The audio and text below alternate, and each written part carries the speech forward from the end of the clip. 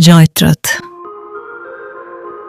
সিন্ধুর রাজা, কৌরবদের একমাত্র বোন দুশলার স্বামী। একদিন বনবাসে থাকা পাণ্ডবদের অবস্থা দুর্বল দেখে দ্রৌপদীকে অপহরণ করতে যায় জয়দ্রথ। কিন্তু ভীম ও অর্জুন তাকে পরাজিত করে অপমান করে মুক্তি দেয় কেবল দুশলার বিধবা হওয়া ঠেকাতে।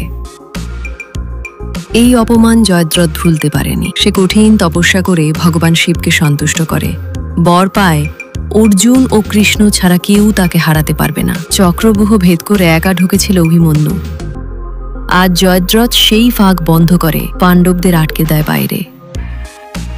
কৌরবরা মিলে নির্মমভাবে হত্যা করে অভিমন্যুকে। অর্জুন প্রতিজ্ঞা করে পরের দিন সূর্যাস্তের আগে জয়দ্রথকে হত্যা না করলে সে আগুনে ঝাঁপ দিয়ে জীবন শেষ করবে।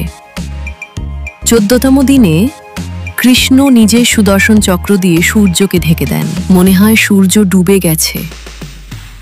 জয়দ্রথ আত্মবিশ্বাসে বেরিয়ে আসে আড়াল থেকে। ঠিক তখনই কৃষ্ণ বলে ওঠেন, সূর্য ডুবেনি।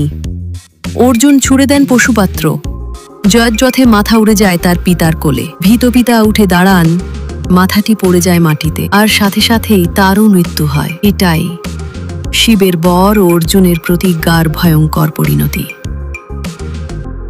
এমন আরও গল্প পেতে চ্যানেলটি সাবস্ক্রাইব করুন।